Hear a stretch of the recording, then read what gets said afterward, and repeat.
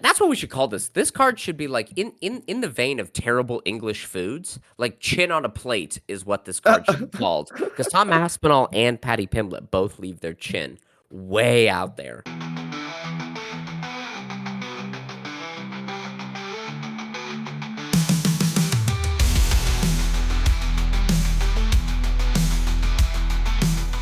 All right, welcome to another episode of Two Fight Fans, where we talk about all things in combat sports. I am one fight fan, Collin. And I'm the other Stuart. All right, we've got UFC 304 this Saturday. Edwards versus Muhammad 2. So, Oh man, I can hear your sleepiness, my man. I know it was a late night for me. Yeah, and it is 4 a.m. currently as we record this. So, yeah, Collin stayed all the way up. I will Just do my anxious. best here. Yeah. Well, kind of. Yeah. Tell me what's your overall kind of grade on this card? Looking at it, and especially with all the we've used the word slop so much recently. How does this card compare to the slop bucket? On paper, this card looks pretty good, and I think it has potential to be one of the more exciting cards. Like, I'm trying to think about, okay, 300 was obviously had the most potential around it, most hype. Yeah, I mean, this one, I feel like multiple fights can be good. It's not going to come down to like, okay, only one of these fights is going to save the card to make it entertaining or interesting, you know? Yeah, that's true. But counter to that, several of these fights could really stink up the joint. That's So true. It's could, either way. yeah. Who could say? Who could say? Well, let's not be. I will say I'm more excited for this card overall than just one fight. A lot of the cards I was like, okay, it's really coming down to one fighter or one matchup that I'm looking forward to. I'm actually looking forward to multiple of these. Yeah, it is. It is one of those things where I think you get a little bit of everything. We've got two title fights. We've got the weird, inexplicable, like kind of like almost celebrity in a fight, Patty Pimblett. Like a high level, meaningful fight at featherweight, the King's division. A couple of what appear to be squash matches or kind of gimmies for both Nathaniel Wood and Molly McCann. And then, yeah, just some like decent, good local talent and a baffling decision to put what I think is a flyweight title eliminator fight on the early prelims and not even the headliner of the early prelims, like the second to last fight on the early prelims. Yeah. We've talked about that before too. Like, always stick at the flyweights in a place where you don't see them or will never know them. So when they finally do come up for like a main event, you're like, who the fuck is this? What's happening here? Yeah, baffling. And also, like, Muhammad Makayev is from the UK. So that's really strange that they buried him in favor of. I mean, I love Gregory Rodriguez, and Christian Leroy Duncan is like an okay fighter. Oh, I guess Christian Leroy Duncan is from the UK as well. I thought he was from the US. I was going to say they replaced it with a US Brazilian fight, but that's not the case. Still, kind of like a middleweight fight over. Yeah, what I think is a title eliminator, or like whoever wins this fight will most likely go into a title eliminator fight, maybe with like Ray Saruya, or not Ray Saruya, Tatsuro Taira. Yeah. But anyway, let's get into this, and let's start with top. What do you know about Bilal Muhammad? What do you mean? What do I know about Bilal Muhammad? I don't know. Have you seen him fight? What do you think? How do you Yeah. like it? Do you like his style? What do you give me what are your LFIC when you watch Bilal Muhammad fight? I mean, I think he's an okay fighter. You know, no, let me rephrase it. I think he's decent, but I think I don't know if it's him or if it's other people overhyping him, but I'm not as I'm not overly impressed. I don't think he's gonna win. I think he's basically done what he needed to get to the top, but he's not at that upper echelon to currently be the champion at welterweight. So, but like, there's not really anyone else out. He's done what he needed to do to get there, but I don't think he's gonna win. So I guess that's my first pick. Like, you already know. So Okay, he's done, but he's not gonna win. Now, counter to that, he has beaten Damian Maia, Stephen Wonderboy Thompson, Okay. Vincente Luque, Sean Brady, and Gilbert Burns. Uh, 3 of which have fought for a title. Um, Mhm. and he beat them pretty convincingly. So, like, if nothing else, Okay. he is a winner, He right? is, he is. Like, he is someone that like routinely has a very good game plan when he comes in. Is pretty well rounded and can stick to that game plan in such a way where the fight might not be the most exciting or interesting to watch, but he does walk away with a win. And he doesn't really have lapses in concentration or focus in the middle of a fight, and continuously is like striving for advantageous positions and winning. Leon Yes. Edwards, on the other hand, uh, dropped a round to Colby Covington Mhm. and almost got knocked out by Nate Diaz because he routinely has lapses in concentration and focus in fights. He like fights phenomenally for 3 rounds and then is like, "Ah, fuck it, I don't need this 4th one." And then just immediately like and drops rounds too.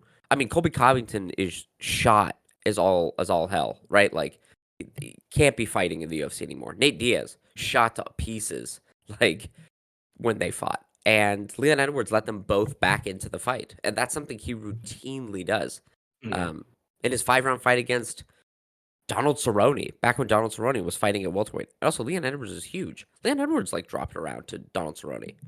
Um, so it's a weird, not to get all woo woo psychology on it, Nope. but have a very skilled dominant champion who drops rounds routinely, and Bilal Muhammad, who does his best to never drop a second of the fight. Mhm. Um, so I think I'm a little bit more intrigued by that matchup than I think than you are, because I can see Leon Edwards winning for the first 2 rounds, 3 rounds, it looking kind of like their first fight, and then all of a sudden he just goes like, "Well, fuck it, I'll just let him take me down in the 4th round for some reason," and then just like he gets smushed for the 4th round, and then maybe the 5th. Um, so we will see. We will see. Did you watch their first fight? Have you rewatched it recently? I've not rewatched the first one. Leon Edwards beat the bejesus out of Bilal Muhammad Mhm. for the round and 15 seconds that the thing went. But I can't help but notice that, man, it's the apex cage and the like on the road cage size is the size difference is insane. Yeah. Um, it's crazy. I was like just doing some like basic napkin math. It would be as if some NFL games are played on a 100-yard uh field, and then some games were played on a 66-yard field. Yeah. And you're Yeah, just yeah. like, that's crazy that the half line would move to the 33-yard line. That's bananas. That's an entirely different game almost. Oh, yeah. Oh, yeah. Um, and uh, so they fought originally in that smaller cage, and Bilal Muhammad still quite couldn't figure out how to close the distance properly. Um, and that's not a good sign for this bigger cage Yeah. overall. But yeah, I mean, I'm gonna join you. I think Leon Edwards is gonna win. I wouldn't be surprised if he drops a round or two to Bilal Muhammad, kind of inexpl unexpectedly. Sorry, I couldn't get the word out. Like Porky Pig over here, just having to change the word kind of halfway through. Um, yeah, because the one thing that I do know is that Leon Edwards really likes to be range, throwing that really long rear hand as a southpaw or throwing that head kick. And then it's very good like in clinch fighting, like striking from the clinch, Yeah. getting advantageous positions from the clinch, very good defensive wrestling. But he really hates that distance in between long kickboxing range and then actually being in the clinch, Mhm. right? Having someone who can like pressure and stick in that pocket. That's where Kamaru Usman, that's where Nate Diaz caught Leon Edwards when Leon Edwards like had a brain fart in the middle of their fight. Um, And so Bilal Muhammad has to see that. Khabib Nurmagomedov apparently helped game plan for Leon Edwards, so I'm sure Khabib saw that as well. The Mm, question is, can Bilal actively for 25 minutes push forward and stay in that range? yeah, I don't know. I don't think so. yeah, Um, yeah. yeah. For So this, there you I go. don't. I see them both as like good in their specific arenas, like you said, like at that far range or in that clinch there. But neither of them eh, I don't want to say they're not dangerous, but they don't have like uh they don't have like one specific skill that could instantly like reverse a fight. Like how like okay, if you are down on the scorecards going into a fourth or fifth round, like you still have like an insane jujitsu game or just in crazy knockout power with your left hand or whatever, where like you're kind of always in the fight. So someone who is like used to or their strategy is to like get ahead on the scorecards and then even if they drop a round or even if they coast the last half of the fight, like they're still ahead. You know what I mean? Um, Well, hold on. You yeah, said like not being dangerous enough, meaning if you're down 3 or 4 rounds, you've still got something to pull out. Leon Edwards is I know. literally the king of that. Well, okay, he did it once, yes, Yeah. and yes, it got him it made him champion and everything, yes, but that's not like I I don't want to say like oh like he's just always had that in his back pocket. It's like that's not we talk a lot about like paths to victory or habits or like certain strategies that you constantly implement. It's not Uh-huh. like the head kick is always his thing. I don't know, he's wobbled. I will grant you, like, he's not Mirko Cro Cop, right? He's not Right. collecting head kick knockouts, but he wobbled Bilal in their first fight with the left head kick. He wobbled Colby Covington with the left head kick. I think, like, really the left straight and the left head kick really are his only weapons, kind of.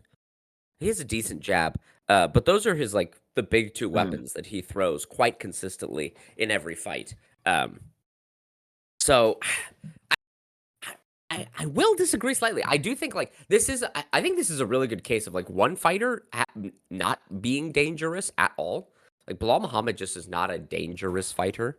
Mhm. Um, Leon Edwards kind of is, or he at least has the danger edge quite significantly over Bilal Muhammad, right? Like he can knock people out pretty. Yes, yeah.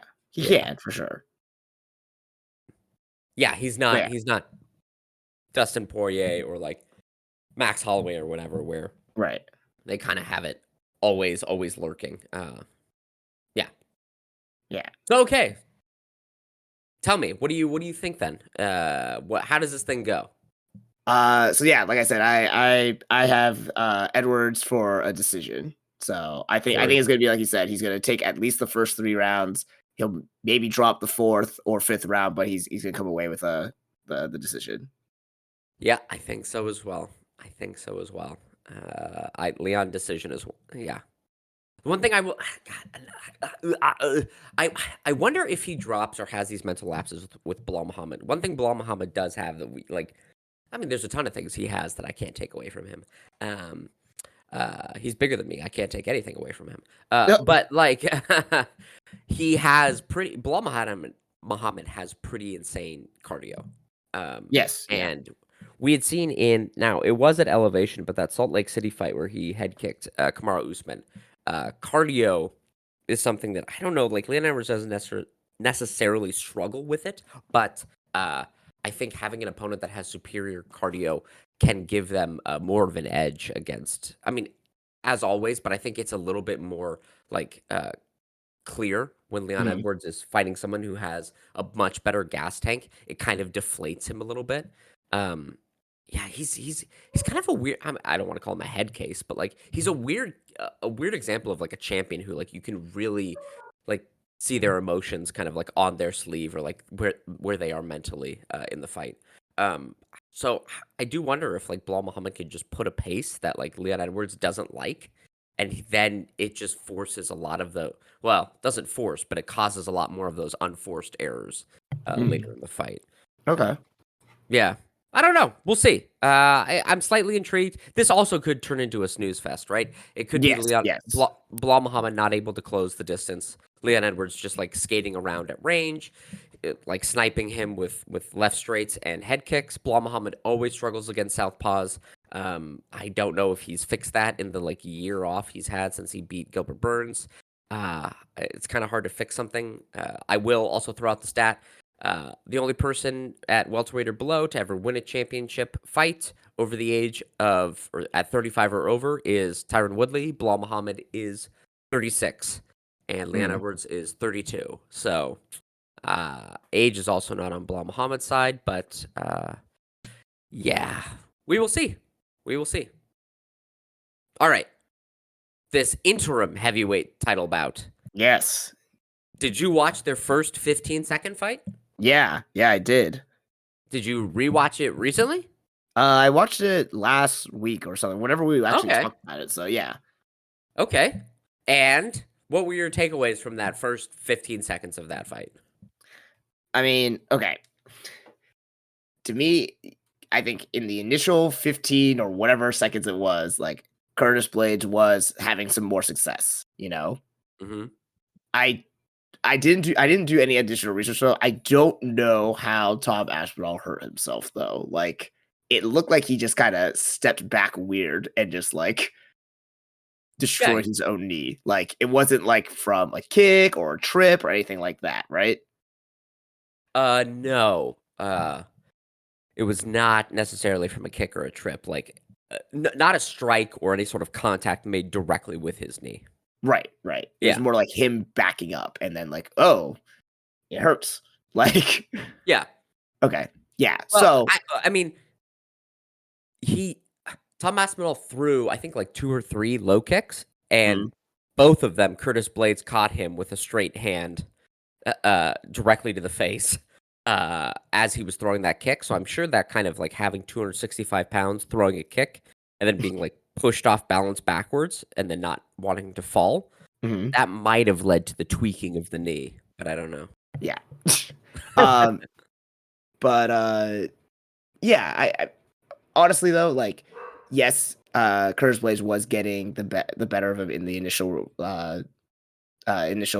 trades, but I don't think it was enough for me to like decisively say like this person or this person has a huge advantage. Okay. So I assume you're going with Tom Aspinall then. I am actually, and I see you are not. I'm not going with Tom Aspinall. Explain to me why you're so confident in this Tom Aspinall pick. Okay, so I think Tom Aspinall has a better overall skill set than Curtis Blades. I Okay. think Curtis Blades is like we've talked about a lot, like how a lot of the heavyweights are just falling into big guys who can throw bombs, and that's pretty much it. Okay. Like, and I think Curtis Blades, even though he has like a fairly strong wrestling pedigree, I think he has relied mostly on his punching power, Okay. and I think I think that the first round could go either way. You know, I think Curtis Blades could actually take that first round like on points. But then coming to the second round, I think Aspinall's going to be in better shape, and it's gonna look like Curtis Blades tired out pretty quickly, and like he's Okay. not the same fighter as he was in the first round. I think Aspinall's going to capitalize on that and win by TKO. So I'm saying Interesting. Aspinall second round TKO. Interesting that you say that. Have you ever seen Tom Aspinall go more than 2 rounds? It's a trick Mm, question. He's never fought more than yeah. 2 rounds. Have you ever seen Curtis Blades go more than 2 rounds? He hasn't he? Yeah. He has. He's fought multiple 5-round fights, um, and Yeah, gone and 5 were rounds. you impressed by round 3 or 4 or anything No, like I that? mean, they're heavyweights, of course not, but at least we know he can do that. Sure, Have you okay. ever seen Tom Aspinall fight off his back? Didn't he fight off his back in one of these? I can't Like recall. that not like he went for a submission or anything, but he like Yeah, yeah, you know, yeah. he was on his back and then stood up or reversed. Yeah. haven't I don't recall seeing Tom Aspinall fight off his back. He took down Volkov and submitted him, but he was on top the whole time. Mm. So we've never se I think that's kind of like my hesitation is like, I've never seen Tom Aspinall do a lot of things, I guess, is kind of like my right? He is significantly faster, right? He's a big, like, fast, fleet of foot heavyweight, Yeah. right? He's very accurate with his strikes. He has very good hand speed. Um, he has okay footwork. And we know that he has a very, like, good top game when he gets on Mhm. top, like, right? He's like, I mean, everyone talks about him like he's a striker. He grew up doing jujitsu. That's like his main thing. And like he's got some takedowns, but not like a ton of technique in the takedowns. He's just like very good at timing the double leg and timing the shot. And he's huge. So he can Right. just kind of like take chuck someone to the ground. Um, uh, but I've never seen him fight more than 2 rounds. I've never seen him fight off his back or like when he gets hurt, how does he react? I've never seen him really. I've never seen him in a fight where like if he doesn't blow the person out of the water with like the first like 5 strikes, or like he does the 5 strikes, the person freaks out like Volkov did, and so then he just times a takedown and takes him to the ground. Mhm. And since I haven't seen that, I wonder what happens if he runs into someone who puts up that resistance. Like, what I've seen Curtis Blades fight off his back. I've seen Curtis Blades reverse positions when he gets taken down. I've seen him go 5 rounds. I've seen him lose a round and then come back and win a round. Um, I've seen him like do quite a bit more. And Curtis Blades is this weird case where his debut was against Francis Ngannou, and he got knocked out against Francis Ngannou because everyone gets knocked out against Francis Ngannou. He Right. goes on a winning streak, and then he fights Francis Ngannou again, and he looks terrified when he's fighting Francis Ngannou for the second time. And Mhm. because he's terrified, he closes his eyes and leech. Like, so I go, okay, that's probably not good, but maybe if you don't fight Francis Ngannou, you'll be fine. And then he beats everyone else until he gets to Derek Lewis, and he's piecing up Derek Lewis for 2 or 3 rounds until his corner yells for him to take Derek Lewis down, even though he's winning on the feet. And so he shoots right into an uppercut from Derek Lewis, and Derek Lewis is like one of the heaviest punchers in the UFC, and so he gets knocked out. Um, and like that's really he has one other loss, right? But like that's uh, so my question is like, is Tom Aspinall the like fun? Oh, he lost to Pavlovich again. This thing where he looked terrified, and then in 1 round he just like leaned into a punch and got knocked out. Mhm.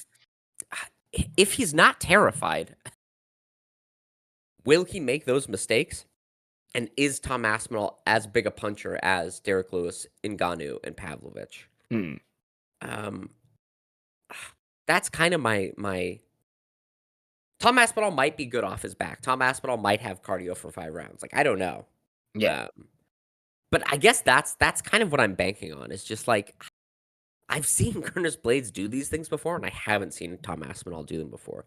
Doesn't mean Tom Aspinall can't do them, but um, I think in their first fight, like it doesn't mean that Tom Aspinall will do this again, but he does it in most fights. He comes out and he throws his punches, and his chin goes up right as he throws. Right, he Mhm. like lifts his head as he throws, and he'll throw leg kicks with no setup and like a huge telegraph. And Curtis Blades picked up on that immediately and was like, "I'm going to hit you with a 1-2 every time you do that," and he did.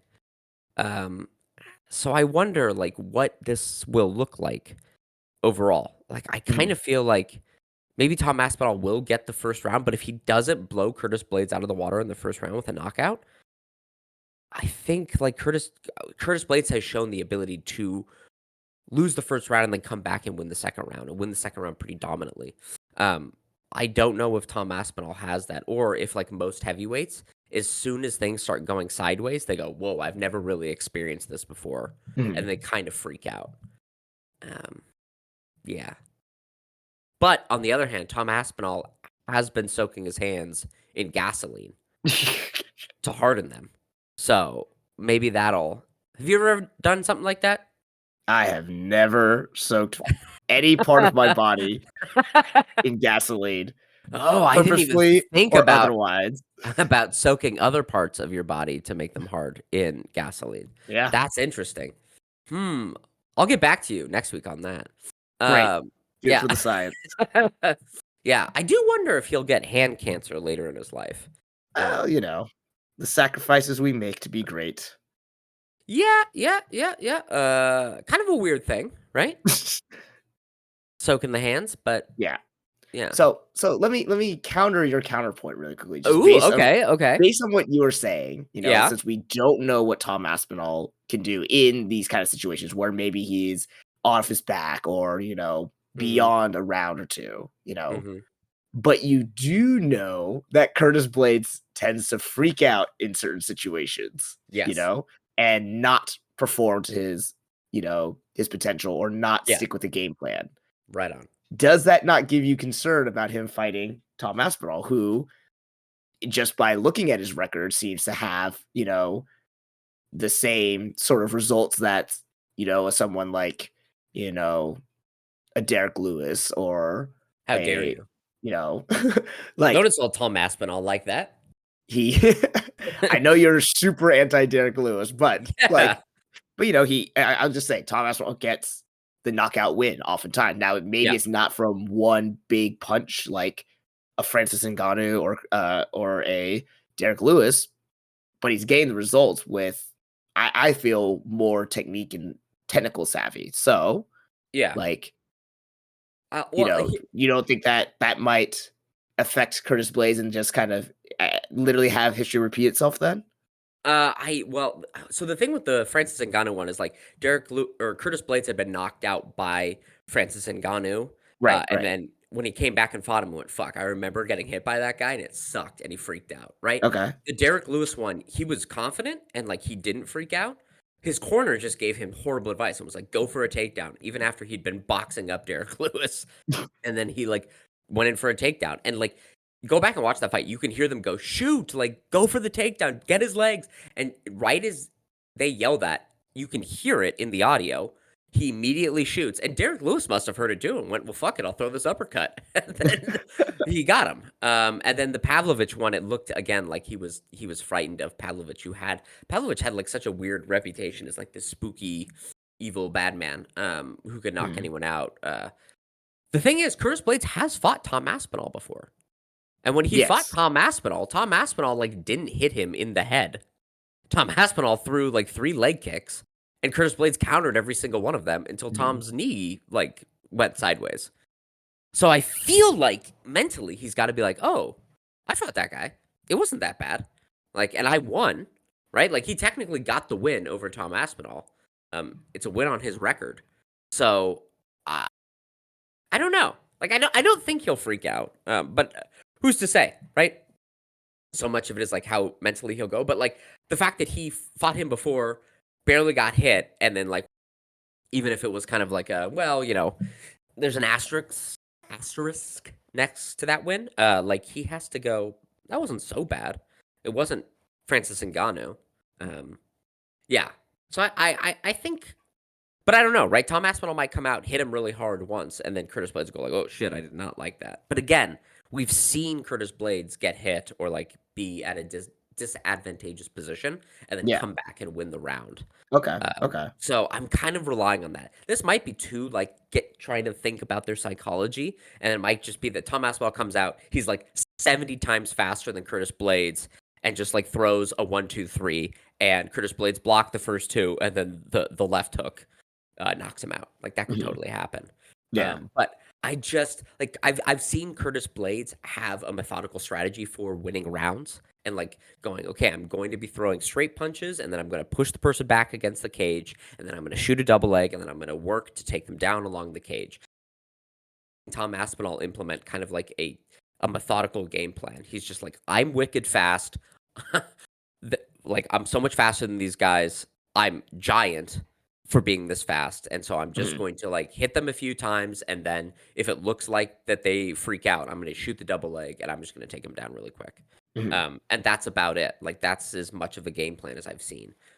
So I'm gonna go with Curtis Blades. I'm gonna go with Curtis All Blades. right. I think probably now here's the thing. In picking Curtis Blades, do I think that he if he lets Tom Aspinall hang around for 5 rounds, do I think Tom Aspinall has a really good chance of knocking out Curtis Blades? Yes. Like I wouldn't be surprised. So I have to say, I think probably Tom Aspinall will win the first round. But Curtis Blades will stick around, and then he will at some point take Tom Aspinall down. And since I don't know what Tom Aspinall looks like off his back, and usually heavyweights off their back are terrible, I'm gonna assume Curtis Blades will like get top position, maybe move to mount, and then get a TKO, ground and pound against Tom Aspinall. So that's my pick. Curtis Blades, second round TKO. Okay, okay.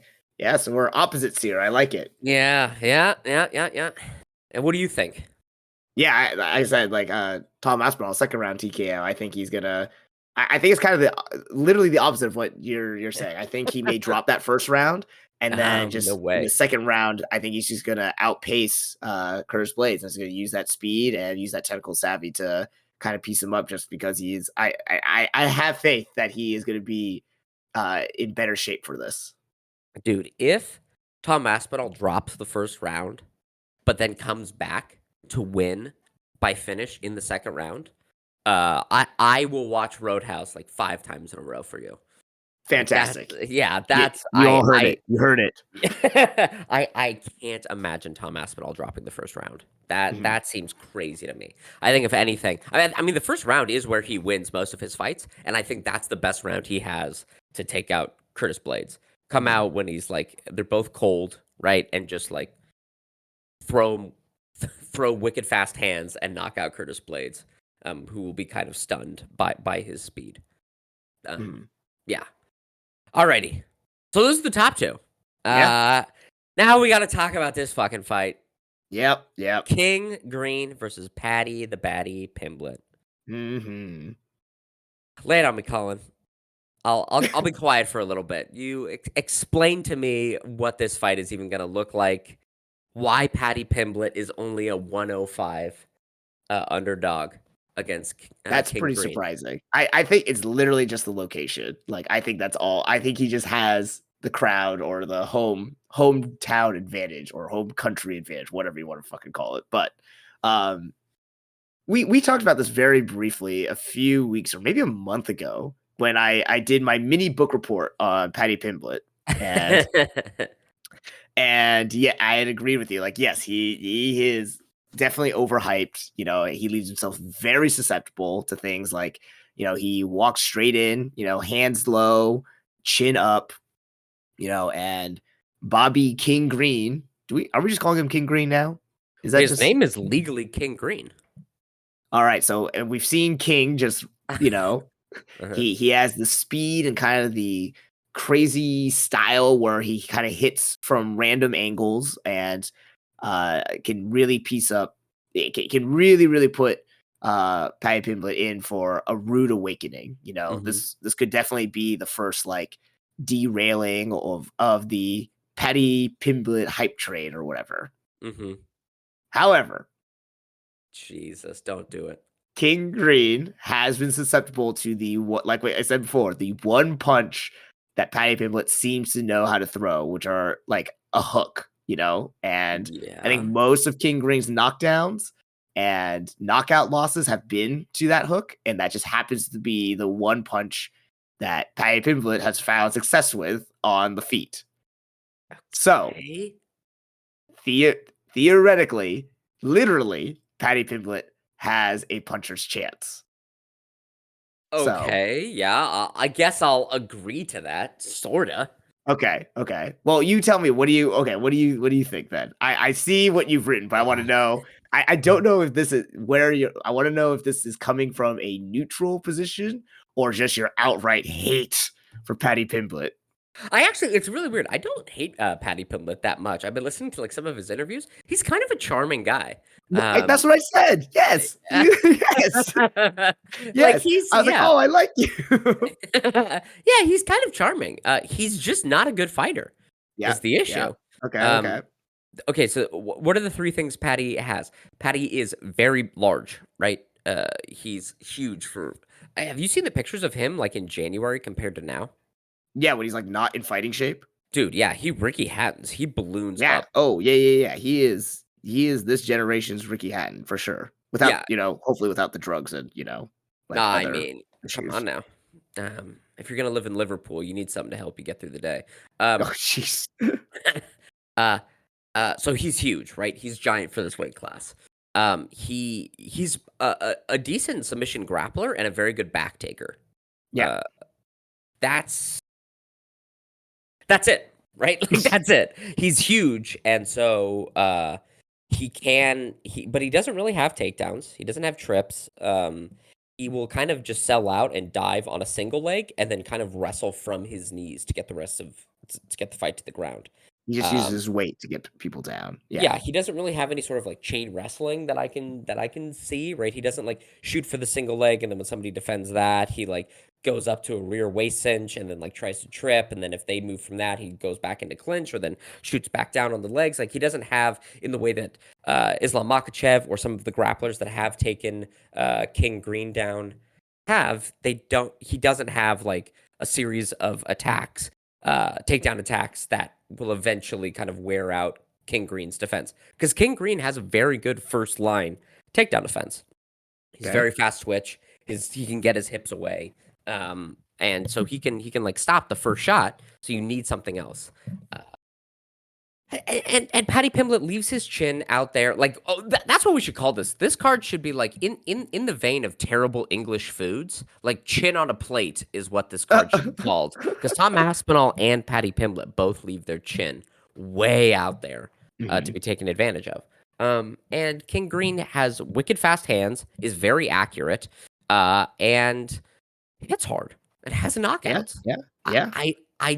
I'm like, okay.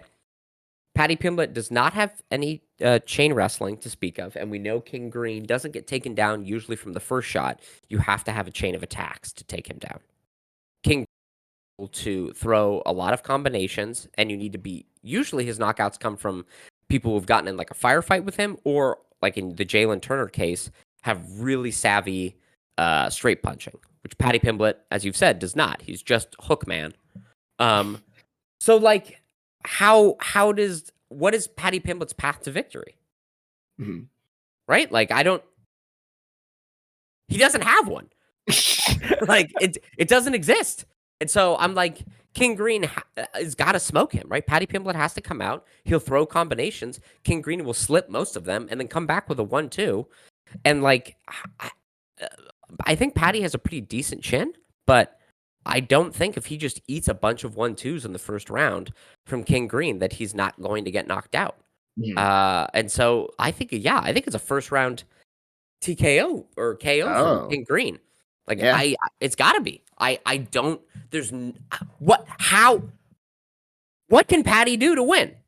Explain to me like what like you've looked forward into the future. What does it look like when Patty wins this fight? Okay, yeah, so you say King Green KO in first round, Yeah, and because I mean, maybe yeah, yeah. how does like? Because I'm like, I'm trying to imagine like, what is it? Is it Patty comes out and like faints, which we've never seen him do, and then like perfectly times a double leg, which we've never seen him do, and then immediately gets to Green's back and chokes him out. Like the back choke, I can believe, but everything else to getting to that position, it's kind of like the like list of like step one, start a business, step two, get clients, step three, question mark, step four, be rich. It's like that step three is really, like step three is really important. And so it's like for this fight for Patty, it feels like walk out, uh, uh, start the fight, question mark, choke out Bobby Green. And it's like, well, how do you, what's that question mark? That's a really Mhm. important part of this Yeah, fight. yeah. So I don't understand. Um, and people are picking Patty Pimblett. I'm like, I don't get it. Now I Mhm. might eat huge crow on this, but I'm like, I don't. I literally can't fathom how he wins this fight. Yep, Yeah, yeah. and That's my I thought.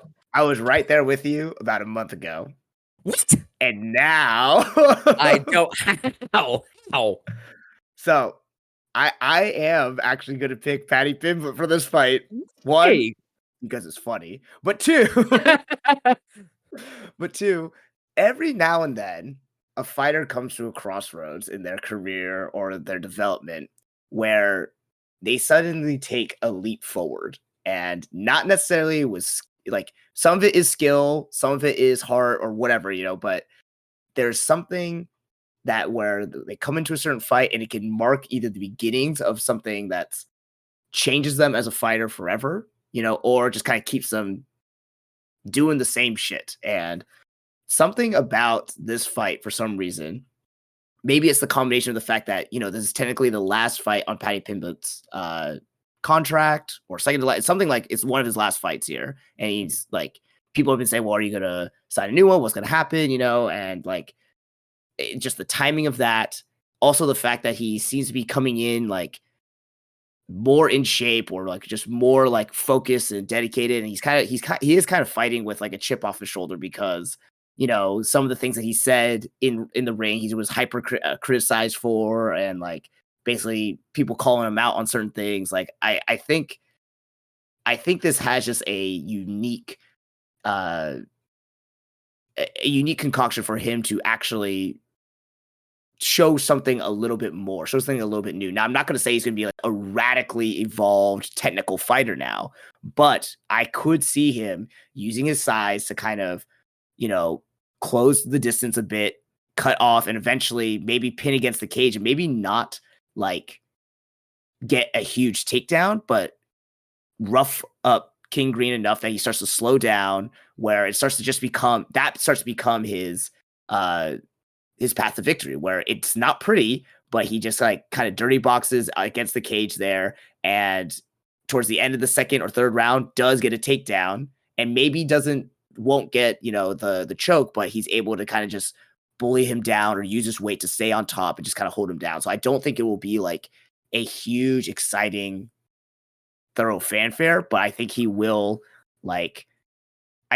squeak out a decision that way. Jeez. So, but what you're telling me is like, this is a vibes pick.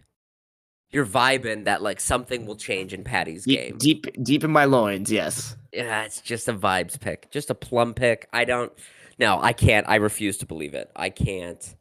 No, wrong.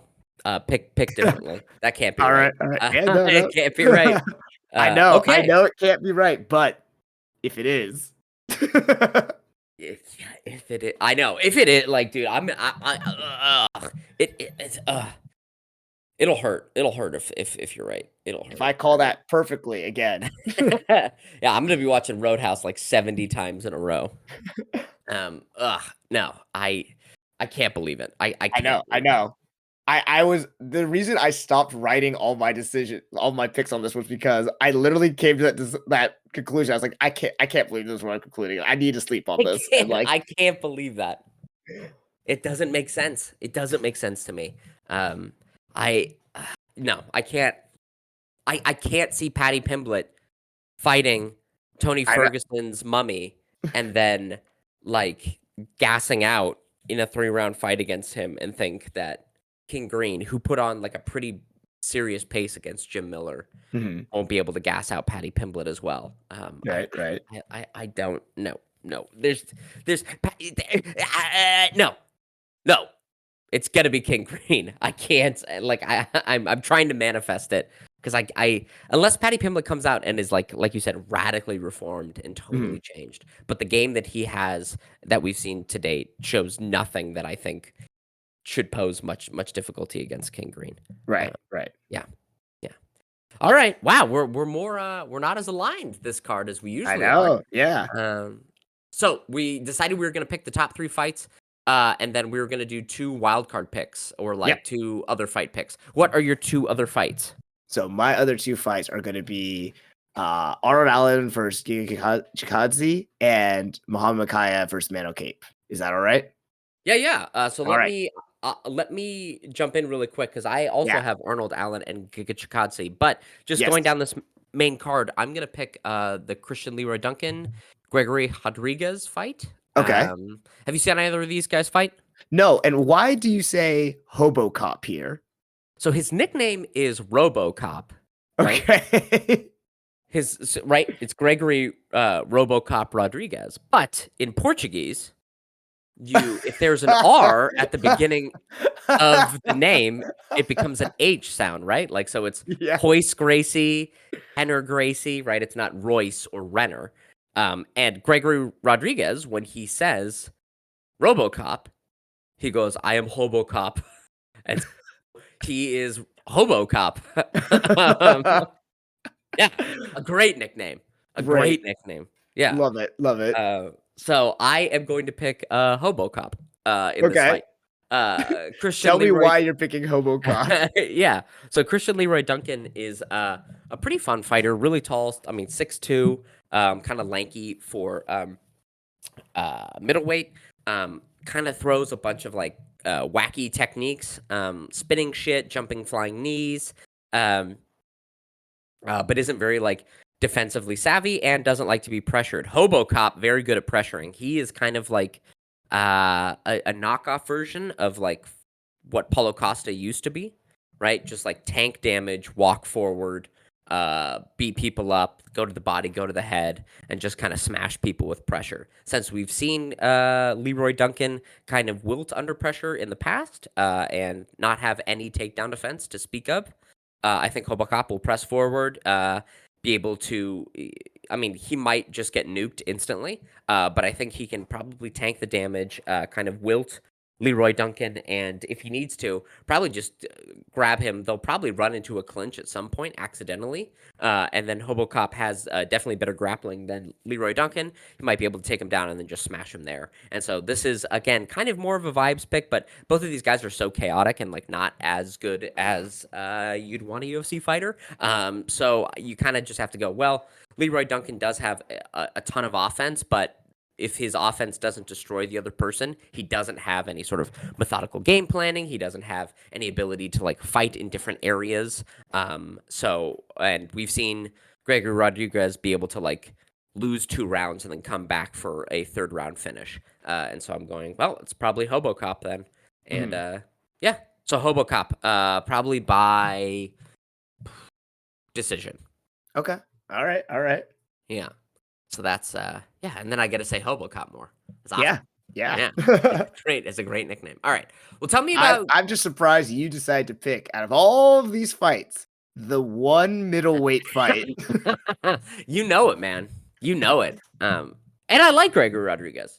He's a fun Okay. fighter to watch, right? He's not very good, right? Like I said, he's bargain. He's like Paulo Costa when Paulo Costa fought Yo Romero, or like as Paulo Costa was on the come up.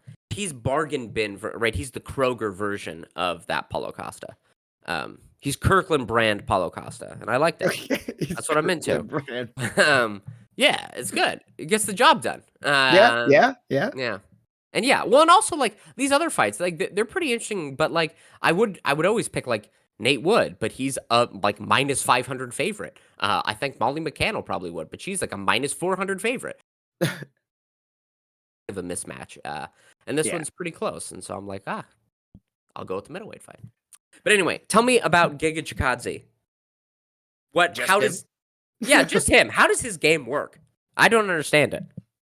What do you mean you don't understand it? So like he only has what, like a back leg kick, and like that's it. And everyone calls it the Giga kick, and in my mind, I'm like, that just looks like a roundhouse kick. Like I don't know why it's a different kick. Yeah. And he's number 10 in the featherweight division, the division of kings. He's been able to beat a ton of people, in my mind, with having pretty much nothing else other than a roundhouse kick. How does this happen, Colin?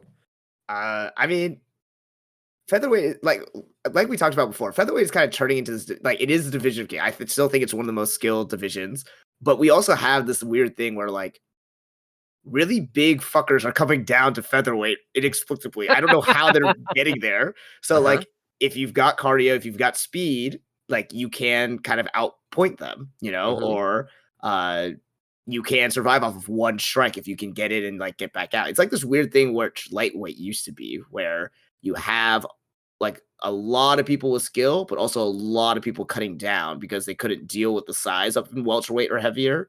So they're trying to use that now at a lighter weight, and some people have success with that. But then when you match up with people with speed and skill, that can potentially neutralize that. So that's how I feel like the state of featherweight is, because watching some of these fights and I see featherweight fight and see these two giants in the ring. I'm like, man, these fuckers aren't 145. Like this is like not even close. Like, um, but yeah, I mean, I think Arnold Allen and Giga Chikadze they're not like huge weight. I think they're more in the realm of like realistic 145ers, you know? Mm, And and looking purely at the numbers, like if you just looked at their stats that the UFC posts on their profiles, they mhm, almost have identical stats. Like their takedown defenses, their significant strikes landed, like it's like within like very few percentage points of each other. hmm. Um, which is kind of weird to me because when I first think about it, like I feel like Arnold Allen has more success with his striking. And he's a Um, better striker. yeah, so I don't really know how those numbers are like so close together, you know. And I was looking back at Giga Chikadze's record, and yeah, I mean he's not as pedigreed, I guess, but still like kind of like you said, like he has more of a limited striking skill set. Um, that being said, I think it will be pretty exciting. I think they will go back and forth, but I think, like you were just alluding to, Arnold Allen does have the skill advantage and does have the edge there. So I am going to pick him by decision. Yeah, I'm aligned with you, Arnold Allen by decision. Yeah, I still don't understand how Giga Chikadze's game works. He's this mega mind looking motherfucker, just like only has a Come on, roundhouse. looking motherfucker. That's, like- Damn. that's what he looks like, man. Um, he only has a roundhouse kick. He calls it the Giga kick, which annoys me to no end. And like it really, in my mind, I'm like, he is a Kirkland brand. Actually, take that back. He is a what's an even worse like generic brand. Just he's bad bargain bin Edson Barbosa, right? He needs to be able to set his feet and move forward to throw his kicks because that's what he has. He does have a decent right where he'll step back into southpaw, right? He'll bring his lead leg back, and then Mhm. immediately, as soon as it hits the floor, he'll throw a left leg or a left roundhouse kick to the body and to the head sometimes, right? So somebody advances, they'll kind of walk onto a kick, um, which is cool. Yeah. But if you pressure him so he can't set his feet, just like every other kick on earth, he can't do anything. So you just have to keep him moving backwards because then he can't set his feet to throw a kick. And I think Arnold Allen has that pressure and has a decent jab. And so even if he does eat a few kicks, he should be able to jab his way in and then just keep pushing Giga back. Um, Arnold Allen has decent wrestling. Giga Chikadze doesn't really have decent wrestling. Mhm. Yeah, I think this should be something where Arnold Allen could get himself into trouble by trying to like pot shot from the outside and be the slicker striker when he just needs to go like Justin Gaethje on it and just like walk forward and Hmm. just like just be pumping ones and twos until he hits him. Um, yeah, and Arnold Allen is fighting at a 4-inch reach disadvantage. Yeah. So like that's my worry is that he'll kind of like float around on the outside and try to avoid the kick rather than going like I'm gonna have to eat one or two. But Mhm. once I'm inside and I win. Um, but yeah, I can't.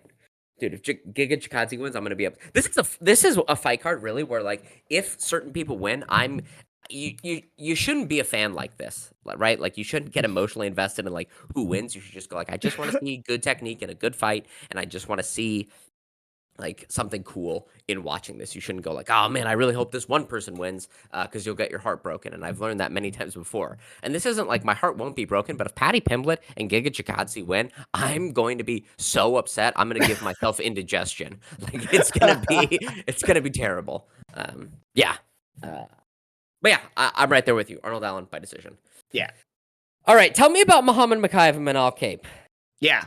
Um, the one flyweight fight. And like I said, will this become like a possible title eliminator, or the next person will get a number one contender fight? I don't know, but I um, think so. I I am a little disappointed that they did the thing and they buried it on the prelims. You know, Yeah, it's crazy.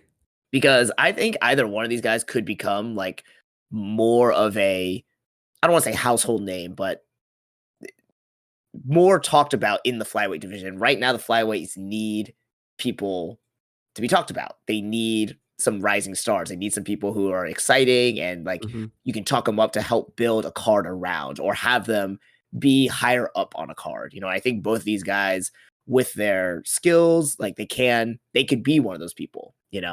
Um I in this one, I see I'm saying Makayev by decision because I think he's just gonna use his grappling to his grappling's kind of interesting in that it's like I saw a lot of his grappling being done like as a counter. You know what I mean? Like someone's moving forward, pressing advantage, and he like ducks under and like Mhm. either swings for a double leg or actually like somehow swings around and takes the back or something and like or Mhm. pulls them down to the ground. So I kind of like that in that it's not all just aggressive grappling. It's kind of reactionary.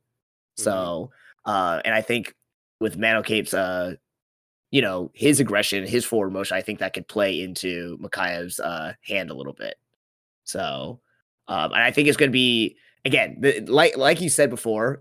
I think this could turn into a real like kind of stalled out snooze fest where someone is just Yeah. like on top or not really advancing position or they're pinned against the cage and they're just trying to like work for positions there and maybe getting a takedown like stalling on top, and then they both kind of just stand up against the cage again. Like I think that could definitely this is what this fight could turn into, and it just Mhm. wouldn't be it would not be doing the flyweights any favors there.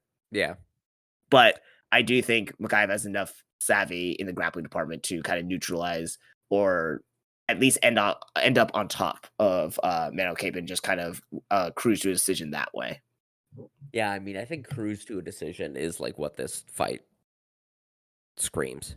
Cruise to a decision, especially Makayev, right? We've talked about him being, one of those kind of, like there's a whole kind of, like, crop of grapplers that they never throw any ground and pound.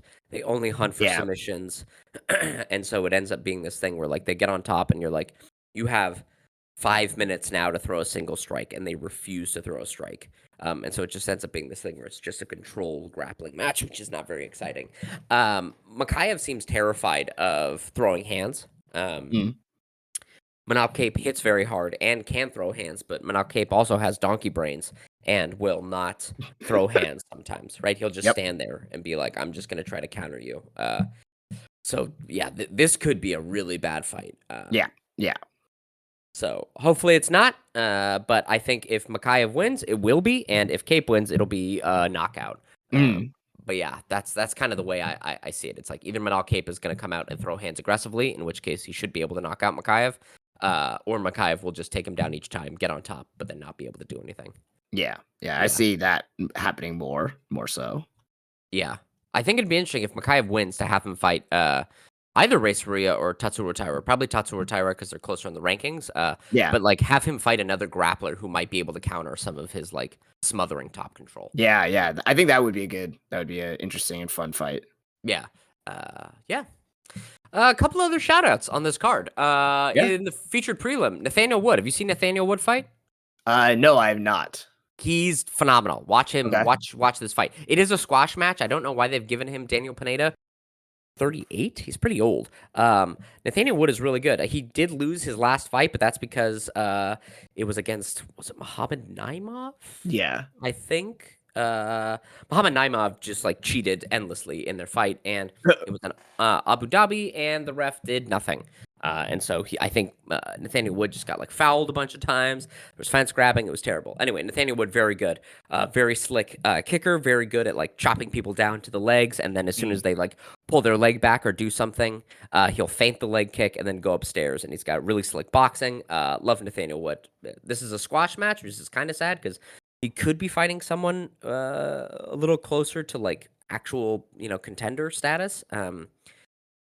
But he's not. So hopefully he wins, comes back, big highlight knockout probably, and then we all cheer. Mhm. Molly McCann is fighting. She's all right. She's fighting Bruna Brazil, who might be the worst fighter on the UFC's roster.